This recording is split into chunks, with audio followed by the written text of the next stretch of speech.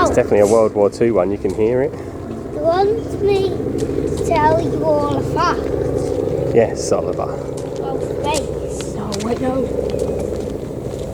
Did you know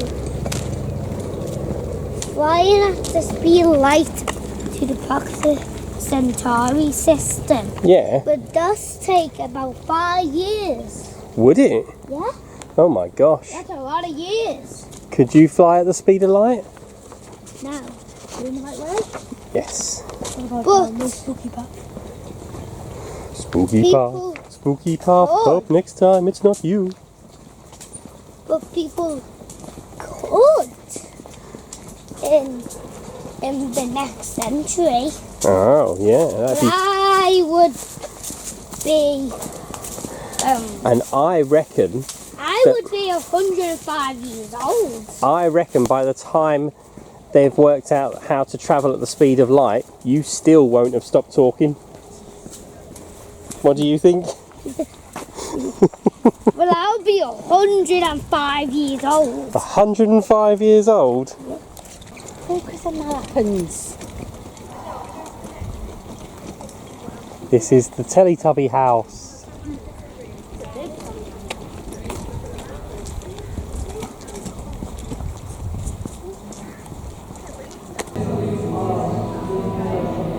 Wait, I was actually wrong.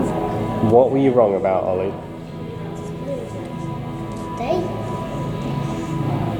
They will create a faster spaceship than the speed of light in the next century.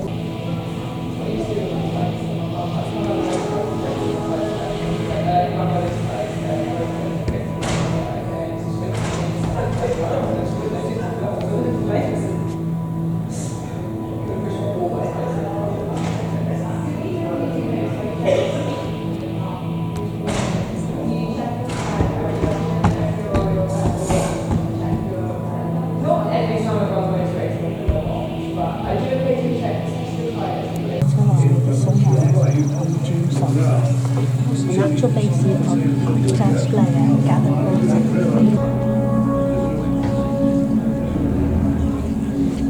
My name is Bernard Howell, and today I am well known as one of the very first radio astronomers. But I became an astronomer helped by accident. Found Jodrell Bank. I was not a promising schoolboy. I was never Good work. My U-boat detection skills saved 0 supply ships. I don't think that was good work, was it? I think you got the opposite of the Victoria Cross. Yes, your go. Touch the screen to begin. Yep, how does radar work? Next.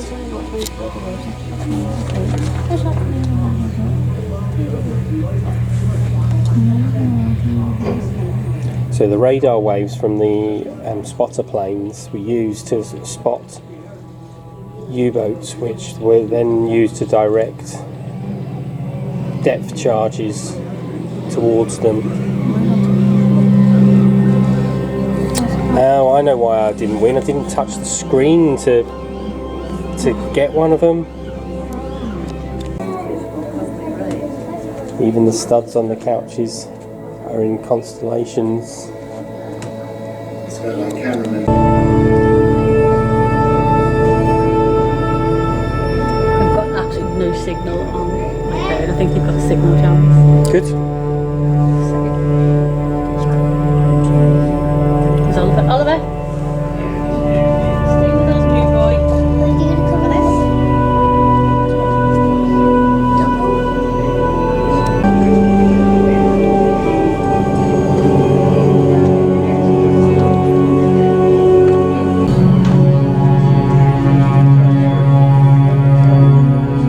Really is brilliantly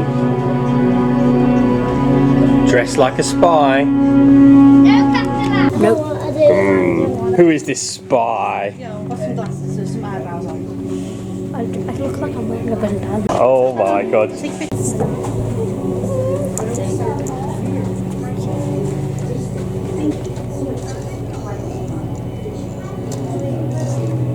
The Thompson twins. Wild stranger. Please.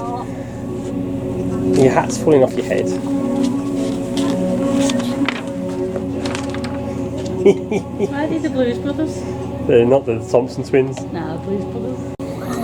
Joshy in space. Ollie, go in space.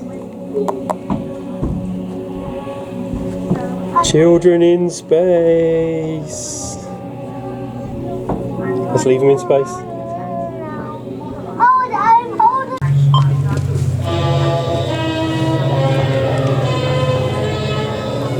At Jodrell Bank, Cheshire, the greatest radio telescope in the world is nearing completion. A giant with 2,000 tons of moving parts, surmounted by a reflecting bowl 250 feet across. The object of the bowl, concentrate radio waves from outer space, so that radiations which have been traveling for millions of years at the speed of light can be detected, measured, and analyzed. He didn't look particularly agile for someone doing that work, did he? No safety. In charge of the station is Professor A.C.B. Lovell on the right. The strange sea husband designed the telescope, which is operated from a control building. I was reading a bit about Lovell and husband earlier, and it took me a while to work out that Lovell didn't have a husband and there was somebody else called husband. Optical telescopes have revolutionized our concept of the universe. But as this radio giant scans the heavens, knowledge which seemed unattainable a few years ago will be an open book. It can operate as a radar set too, probing with its own echoes the moon and even the planets. A new universe to explore, thanks to British scientists and British engineers. There's a Doctor Who episode. Coming to Blue Dot every year, it's a great atmosphere. I always get to meet scientists from fields that I haven't been a part of, so I learn new things myself. It's always great fun to go and see some talks, discover what's going on in other fields. Blue Dots means coming back to a place that I find is very familiar to me, but looking at it from a different angle. And I sort of feel as though science is being shared around, even if here just listen to the music. It's a group of people who are open to anything happening and to hearing anything. Blue Dot does that to you because the dish is there and it's inspiring. It creates an environment in which people are happy to hear whatever there is to be heard. And that's really special and very unusual.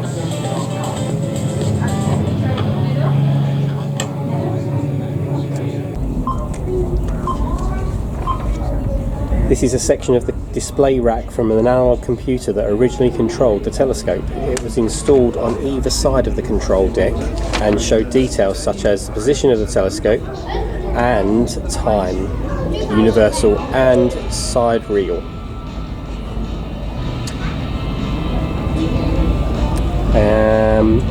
I think I'd rather have my Android phone though, to be fair. Really heavy meteorite. This is an iron meteorite which fell to Earth around 4,500 years ago in Argentina. It is approximately 4.5 billion years old, and Ollie's just banged his head on the side. Both hands.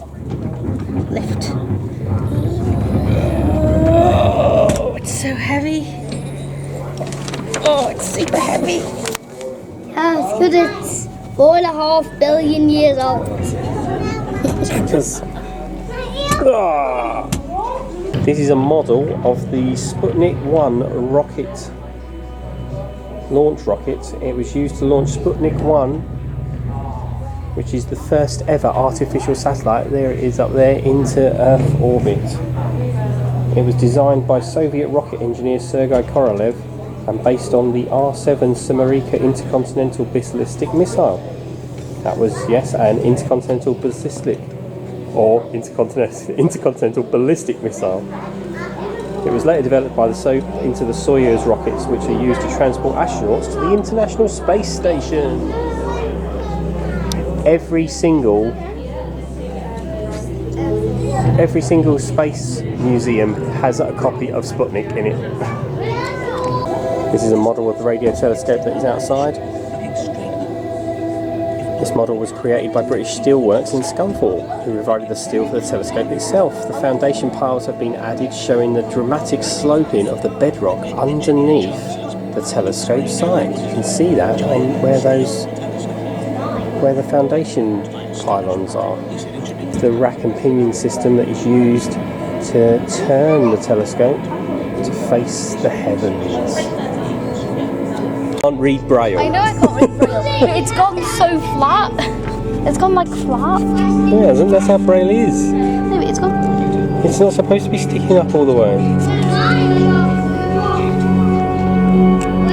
Oh, what happens when enough blind people read it to the point where it goes completely flat and then you can't read it anymore? And then they'll replace it. Click the button to launch and look up. There it is, look, it's going across all the things. See it? Yeah. A meteor shower, we did that because we're super smart. And we answered all 10 questions right and didn't guess once. We've got a Cornish pasty, salted caramel brownie, birthday cake. Ollie has a rocket shortbread which he's already scoffed.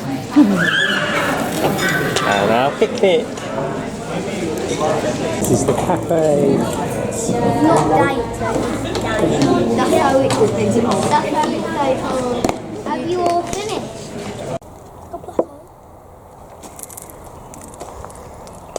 Ollie, you can do the rings of Saturn. It's too hot.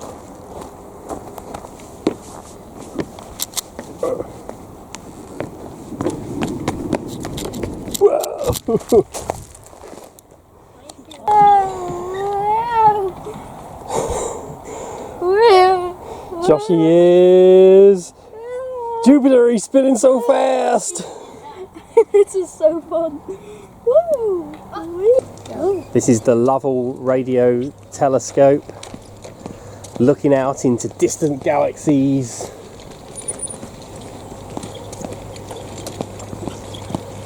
How many galaxies can it look into? I don't know. That means if I was on that side, Joshy could talk on that side. Yeah, see those satellite dishes down the bottom, those things? You can talk to Joshy through them.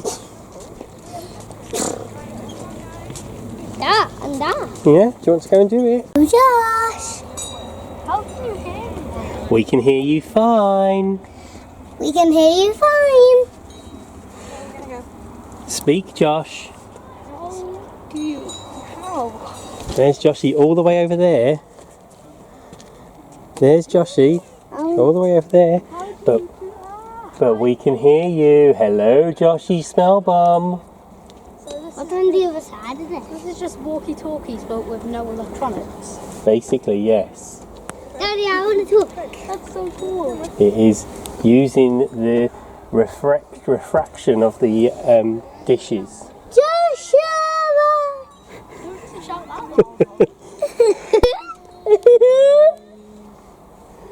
This is God speaking. This is God speaking. Hello, how are you? Ollie, you're speaking. Mummy's getting cross, don't shout. Don't shout. Joshua! Why are you so loud? Stop getting cross, Mummy. Stop getting cross, Mummy. They're whispering. You talk to Ollie, I want to stand in the middle. Okay, Joshua. You are meant to whisper.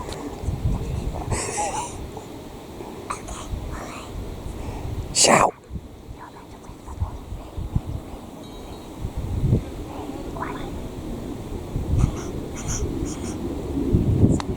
Ollie, shout. Shout. Mommy! Hello, be quiet. Nope.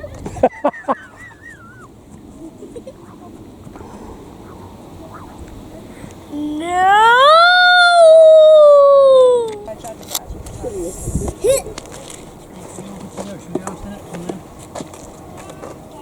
any more experiments we can do. Oh, it's going uphill. Why does it live all the time? Can you get it going all the way out, Josh? You gotta keep spinning. Keep spinning. Keep on spinning. Keep going, you're not doing it fast enough. You're not doing it fast enough?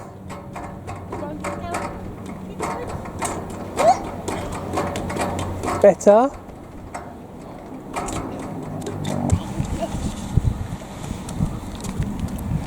The coolest thing there is definitely the whispering thing. The coolest thing here is definitely the whispering dish.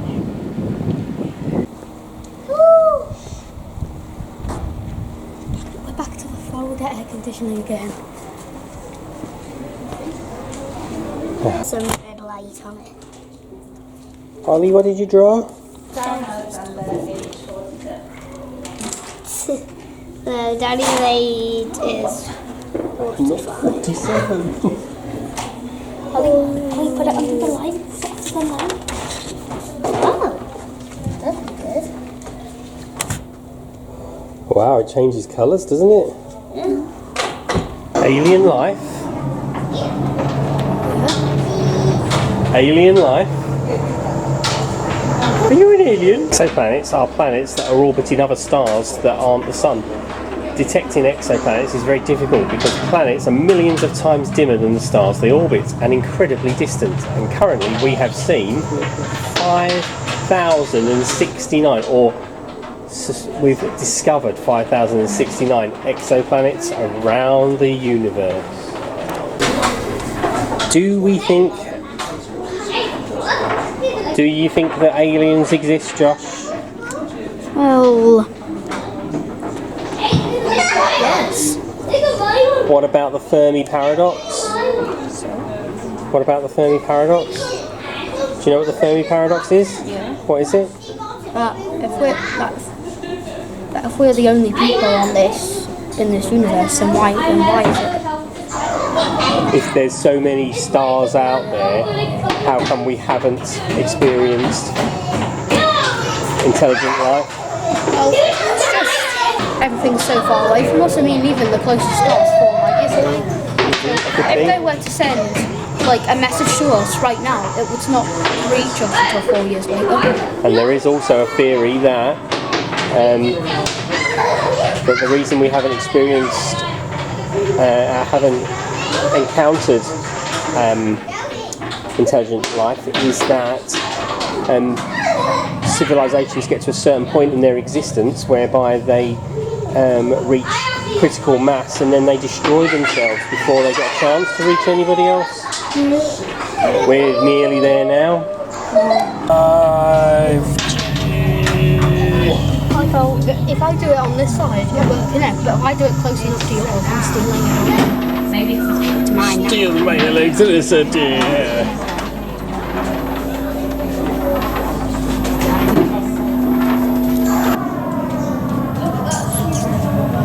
This is the life cycle of stars. They start off as a nebula, they move to a protostar, and they join the main sequence as the gas gets hotter and denser.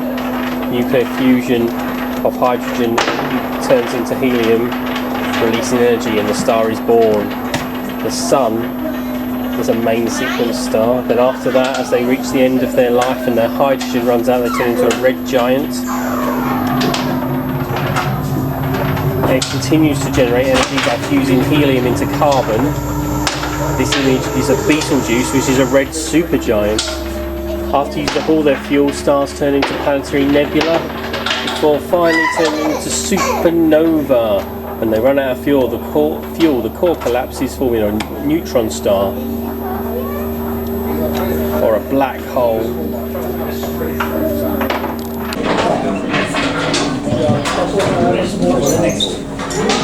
This is where all the telescopes are, all the big telescopes. This is the big one from GoldenEye, which is the Arecibo Observatory.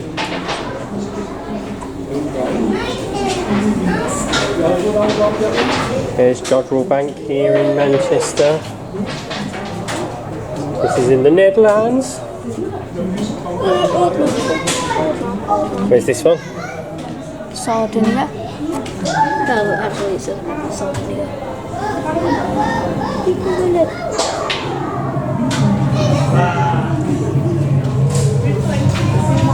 One thing I can read about is what's this one here? 489 trillion times the size of our planet, and also just our UY Scuti is 1,700 times bigger than our sun. Bye. Did you know the star UY Scuti is 489 trillion times the size of our planet, and also the star UY Scuti is 1,700 times bigger than our sun. Bye. The Lovell Space Telescope.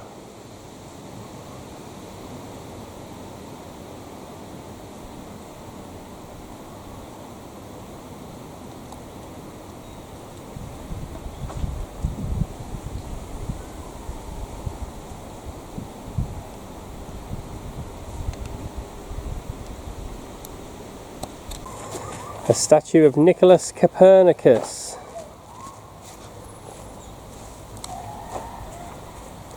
15th/16th century astronomer.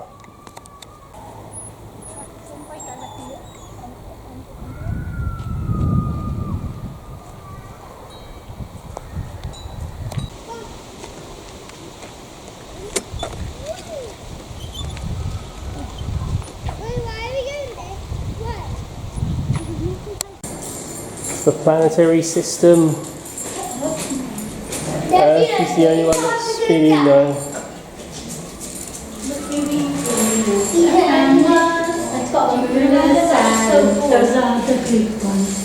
Look how slow Neptune and Venus, Uranus are going.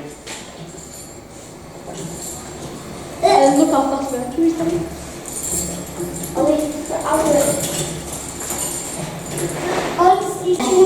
Neptune is just in May. Neptune is just in May.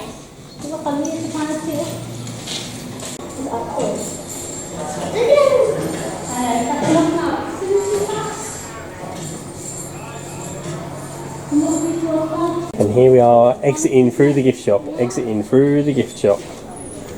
for all your space needs, including a celestial buddy sun. Hello, sun. Hello, sun. I am Saturn. No, you're my son. Yeah, this will take you right back. Why? It's got like, looks like it's from the 80s. No, it looks like it's from the 50s, Josh, and I wasn't born then. It looks like it's from like the 20s. Oh, no, at the very top.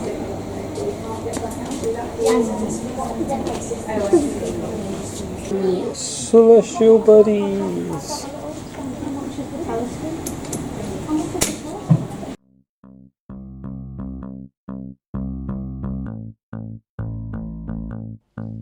You've been watching Family Days Out with Munchy Road Hippopotamus.